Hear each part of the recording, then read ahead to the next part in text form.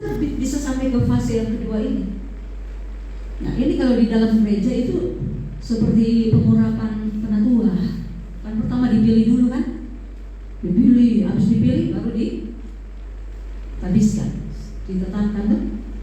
Baru disuruh bekerja. Nah, kita akan lihat di sini ini, coba ini sebenarnya sepaket ini fase yang kedua dan yang ketiga. Ya.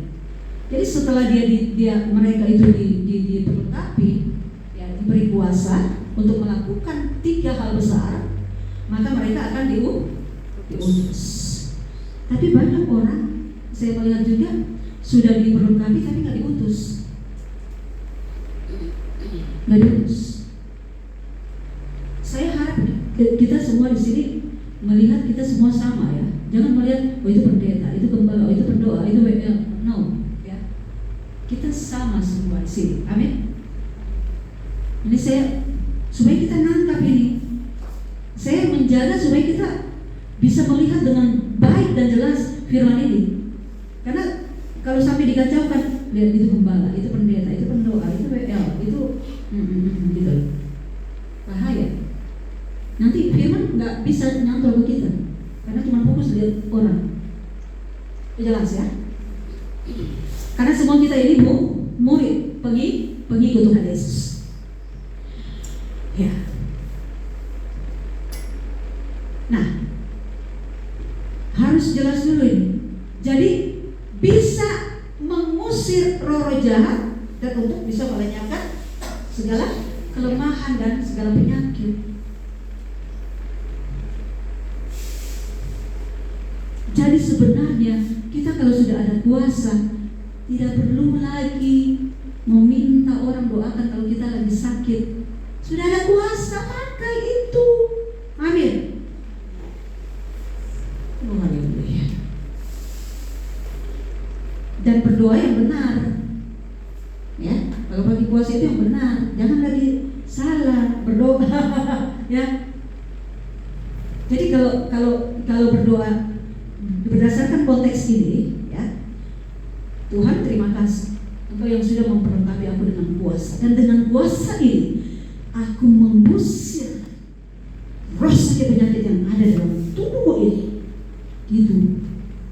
Bukan lagi doanya Tuhan tolong ya Tuhan ya, Tuhan tolong ya aku Tuhan ya, ini aku lagi sakit Tuhan. Nggak nyambung dengan ini. Jelas ya? Ayo kita belajar ya. Kevin mulai belajar, Lydia mulai belajar ya, anak-anak kita ya. Ya. Jason nanti diajar, ya. Bapak Ino ajar Jason untuk berdoa sendiri. Ayo nak, ya. Nanti Jason akan berdoa. Tuhan Yesus, aku batuk, tapi di dalam kuasa-Mu Tuhan, batukku ini keluar dalam nama Tuhan Yesus dari dalam tubuhku. Aku sembuh. Nanti praktekkan ya, ya Jason ya. Oh haleluya, puji Tuhan ya.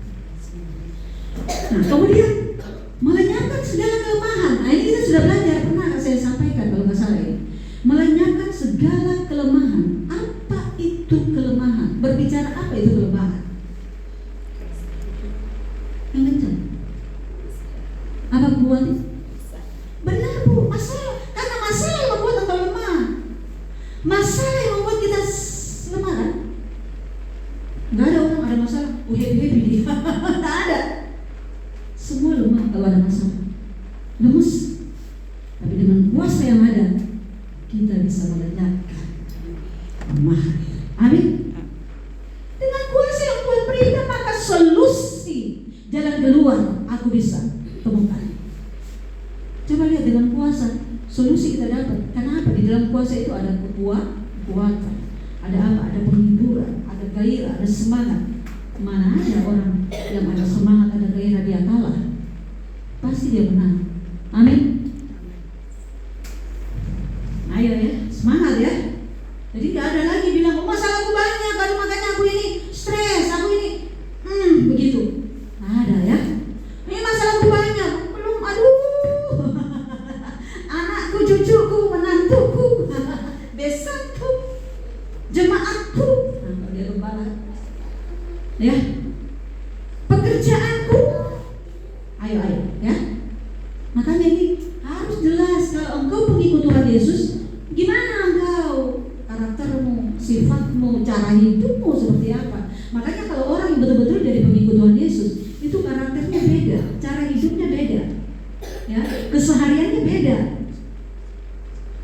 Karena dia belajar terus dengan Tuhan. Karena dia ikut Tuhan dong. Dia ikut Tuhan, bukan ikut setan. Ibu ikut Tuhan. Tuhan baik gak? Nah, berarti kita harus baik. Ikut Tuhan, Tuhan itu lemah lembut gak? Nah, terus kenapa kasar? Ayo. Tuhan sabar gak? Kenapa gak sabar? Berarti Anda bukan ikut Tuhan, kalau kamu gak sabar. Nah, ini makanya penting sekali. Kalau ikut Tuhan, belajar. Kalau ikut Tuhan harus jadi manusia roh. Kemarin kan kita sudah belajar. Ayo, dipraktikkan gak itu? Keinginan roh, keinginan daging. Kalau keinginan daging kita menjadi seteru Allah, kita melawan Tuhan, musuh Allah kita.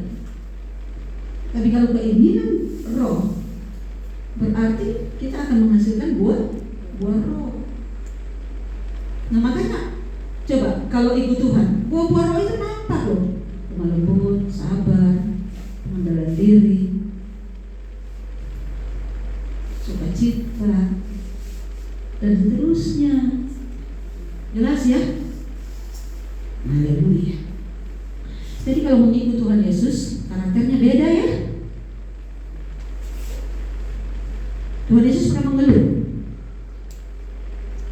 Terus satu hari berapa kali mengeluh kita? Hah?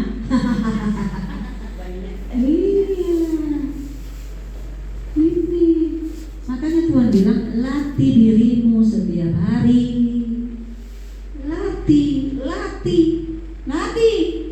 Latih sabar, latih gak kasar, latih gak marah, latih lemah lembut. Amin. Latih sabar. Jangan gak sabar. Saya juga bicara ini bukan berarti saya gak melatih diri, ya. Karena apa? Daging ini masih melekat, ya.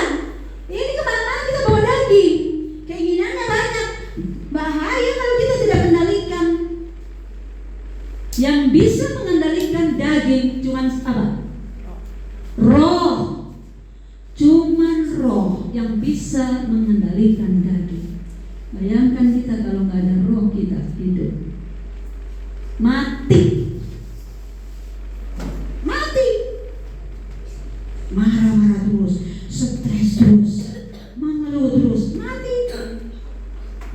Di dalam Tuhan kan gak ada yang begitu loh.